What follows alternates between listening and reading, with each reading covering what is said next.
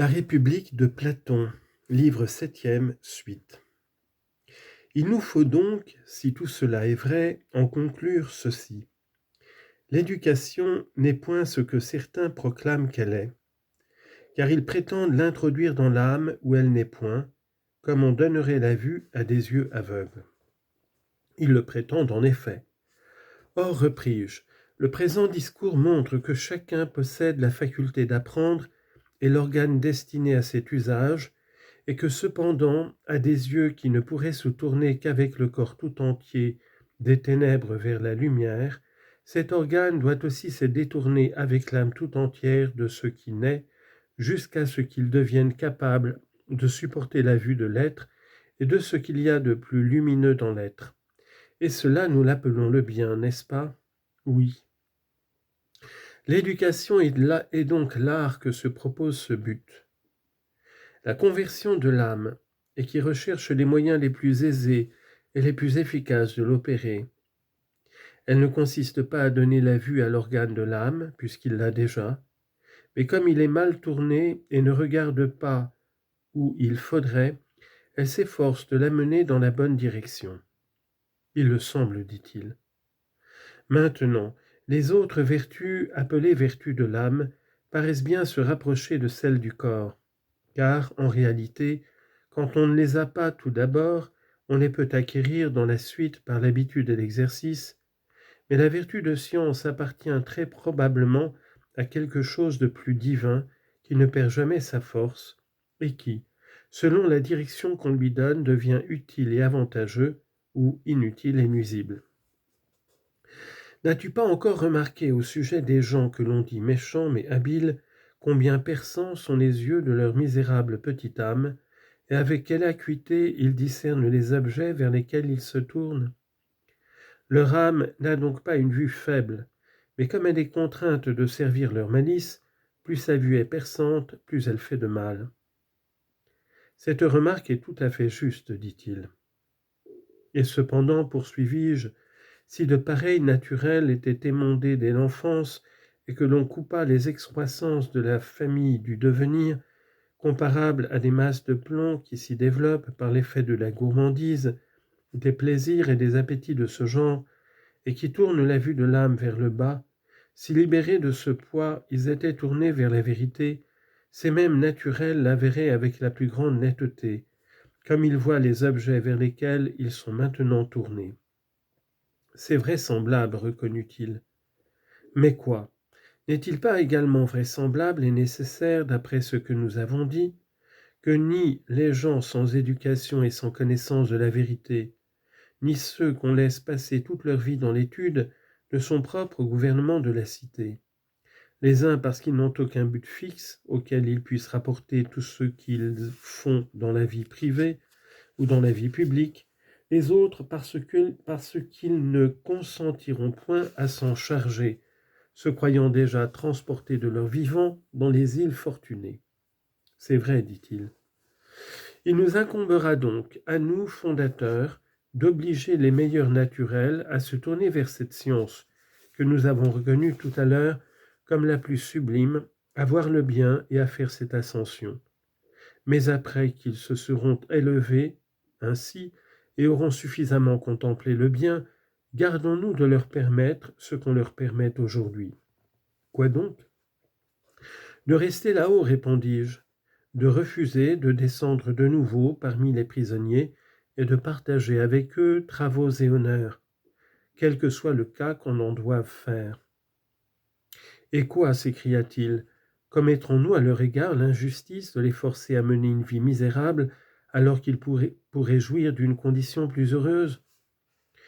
Tu oublies encore une fois, mon ami, que la loi ne se préoccupe pas d'assurer un bonheur exceptionnel à une classe de citoyens, mais qu'elle s'efforce de réaliser le bonheur de la cité tout entière, en unissant les citoyens par la persuasion ou la contrainte et en les amenant à se faire part les uns aux autres des avantages que chaque classe peut apporter à la communauté, et que, si elle forme de tels hommes dans la cité, ce n'est point pour les laisser libres de se tourner du côté qu'il leur plaît, mais pour les faire concourir à fortifier le lien de l'État. C'est vrai, dit-il, je l'avais oublié. Au reste, Glaucon observe que nous ne serons pas coupables d'injustice envers les philosophes qui se seront formés chez nous, mais que nous aurons de justes raisons à leur donner en les forçant à se charger de la conduite et de la garde des autres. Nous leur dirons en effet, dans les autres cités, il est naturel que ceux qui sont devenus philosophes ne participent point aux travaux de la vie publique, puisqu'ils se sont formés eux-mêmes, malgré le gouvernement de ces cités. Or il est juste que celui qui se forme soi-même et ne doit sa nourriture à personne ne veuille en payer le prix à qui que ce soit. Mais vous, nous vous avons formés dans l'intérêt de l'État comme dans le vôtre, pour être ce que sont les chefs et les rois dans les ruches. Nous vous avons donné une éducation meilleure et plus parfaite que celle de ces philosophes-là, et nous avons rendu plus capables d'allier le maniement des affaires à l'étude de la philosophie. Il faut donc que vous descendiez chacun à votre tour dans la commune demeure, et que vous vous accoutumiez aux ténèbres qui y règnent. Lorsque vous vous serez familiarisé avec elles, vous y verrez 1000 fois mieux que les habitants de ce séjour, et vous connaîtrez la nature de chaque image et de quel objet elle est l'image, parce que vous aurez contemplé en vérité le beau, le juste et le bien. Ainsi, le gouvernement de cette cité qui est la vôtre et la nôtre sera une réalité, et non pas un vain songe comme celui des cités actuelles, où les chefs se battent pour des ombres et se disputent l'autorité qu'ils regardent comme un grand bien. Voici là-dessus quelle est la vérité. La cité, où ceux qui doivent commander sont les moins empressés à rechercher le pouvoir, est la mieux gouvernée et la moins sujette à la sédition, et celle où les chefs sont dans des dispositions contraires se trouve elle-même dans une situation contraire. Parfaitement, dit-il. Eh bien, crois-tu que nos élèves résisteront à ces raisons et refuseront de prendre part à tour de rôle au labeur de l'État, tout en passant d'ailleurs ensemble la majeure partie de leur temps dans la région de la pure lumière? C'est impossible, répondit-il, car nos prescriptions sont justes et s'adressent à des hommes justes. Mais il est certain que chacun d'eux ne viendra au pouvoir que par nécessité, contrairement à ce que font aujourd'hui les chefs dans tous les États. Oui, repris-je, il en est ainsi, mon camarade.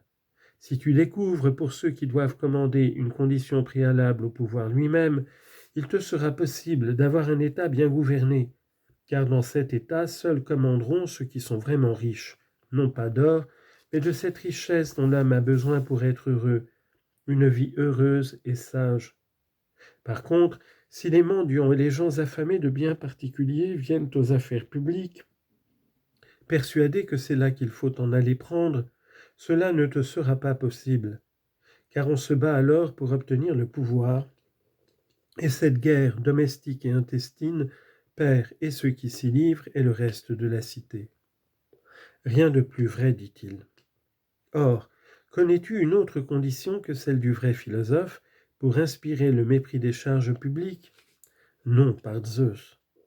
D'autre part, il ne faut pas que les amoureux du pouvoir lui fassent la cour, autrement il y aura des luttes entre prétendants rivaux, sans doute.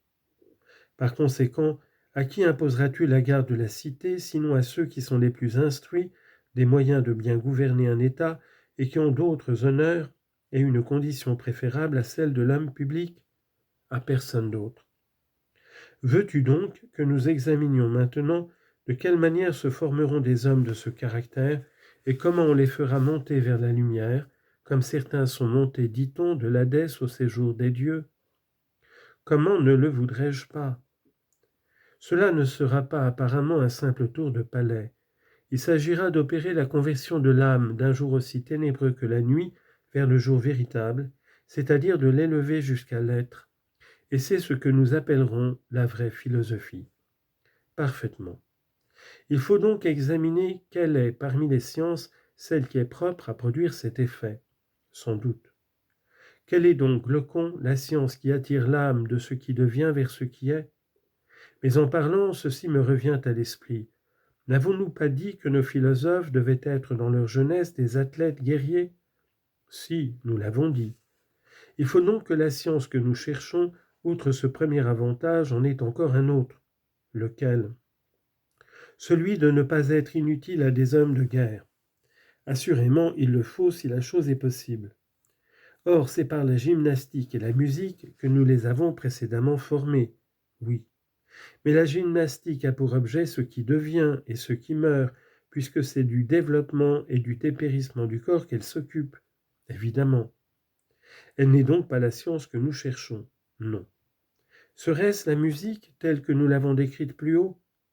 Mais, répliqua-t-il, elle n'était, s'il t'en souvient, que la contrepartie de la gymnastique, formant les gardiens par l'habitude et leur communiquant au moyen de l'harmonie un certain accord, et non la science, et une certaine eurythmie au moyen du rythme.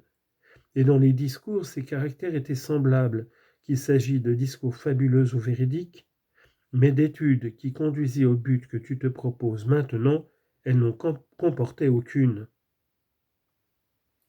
Tu me rappelles très exactement ce que nous avons dit, en vérité, elles n'ont comporté aucune. Mais alors, excellent Glaucon, quelle sera cette étude? Car les arts nous sont tous apparus comme mécaniques. Sans doute. Mais quelle autre étude reste-t-il si nous écartons la musique, la gymnastique et les arts? Eh bien, répondis-je, si nous ne trouvons rien à prendre hors de là, prenons quelqu'une de ces études qui s'étendent à tout. Laquelle? Par exemple, cette étude commune qui sert à tous les arts, à toutes les opérations de l'esprit et à toutes les sciences, et qui est une des premières auxquelles tout homme doit s'appliquer. Laquelle? Demanda-t-il.